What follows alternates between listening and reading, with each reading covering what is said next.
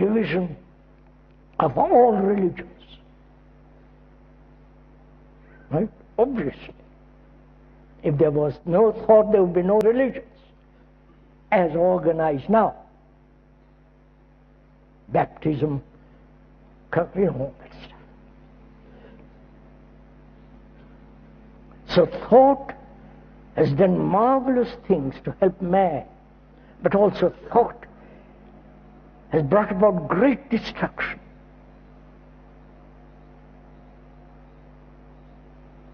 Terror in the world.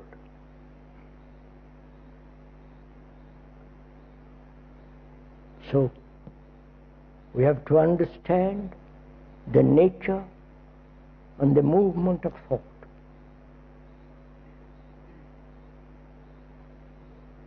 Why you think in a certain way, why you cling to certain forms of thought, why you hold on to certain experience. Why? Thought has never understood the nature of death, and so on, so on, so on. If, when you are serious and not rely on some philosopher, brain specialist, and so on, but you can watch it for yourself, which is why thought, which has done extraordinary things to help man, and also why thought at the same time bringing about such degradation, degeneration, destruction. Right?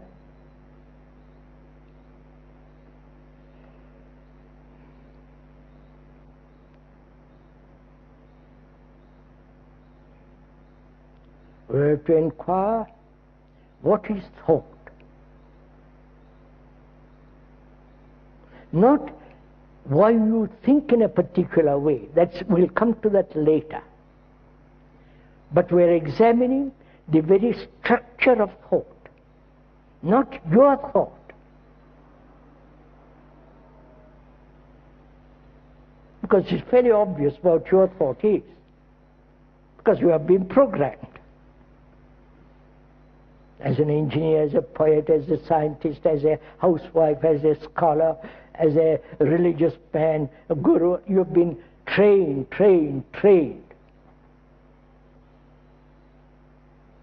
And if you begin to look at your particular programmed brain, you're limiting your outlook, right?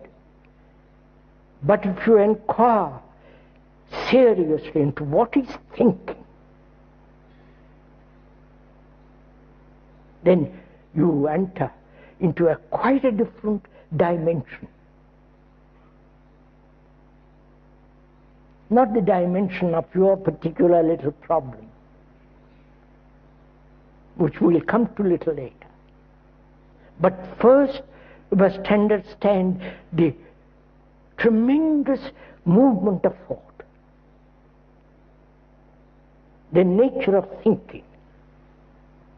Not as a philosopher, not as a religious man, not as a particular profession or a housewife, this or that, but the enormous vitality of thinking. Right? Is this clear? Ben?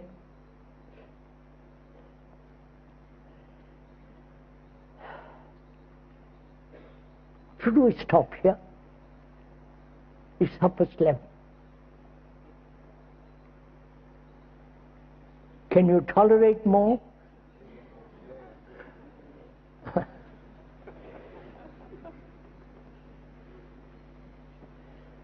Because probably you're merely listening to the speaker. You're not actually working. You're not actually listening, watching, examining, exploring it yourself.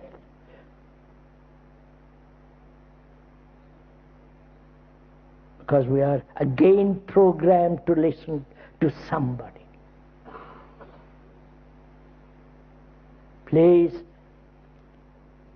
there is no teacher and the taught. There is no prophet and the disciple. There is no guru and his follower. The one who knows and the one who does not know. But only a human being in travail. It's only the man who is stepped out of all this, he knows what is truth. We'll come to that much later.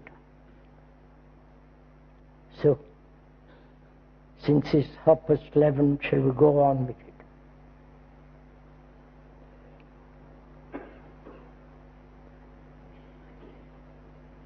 Briefly, we'll continue tomorrow, no, day after tomorrow, with this. Thought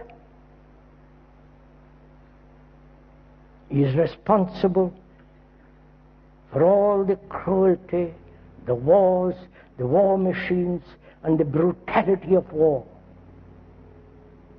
The killing, the terror, the throwing bombs, taking hostages in the name of a cause or without cause.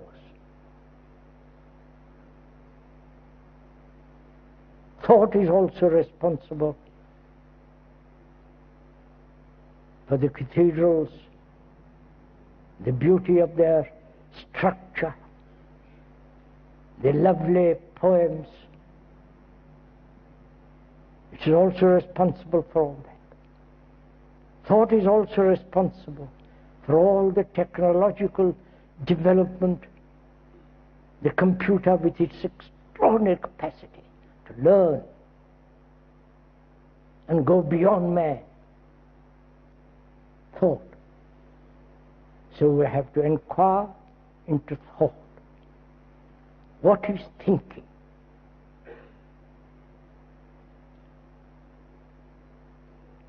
Thinking is response, is a reaction to memory. Right? If you had no memory, you wouldn't be able to think. Memory is stored in the brain as knowledge which has come through experience. Listen carefully to this. This is how our brain operates. The speaker is not brain expert, thank God. Not a neurological expert, but you can watch it, how you act for yourself without going to any professor, without any psychologist and so on. You can watch the operation of your own brain. It's the first experience. That experience may have been from the beginning of man, which we have inherited. That experience gives knowledge. Then that knowledge is stored up in the brain. From knowledge there is memory. And that memory, from that memory, thought. From thinking you act.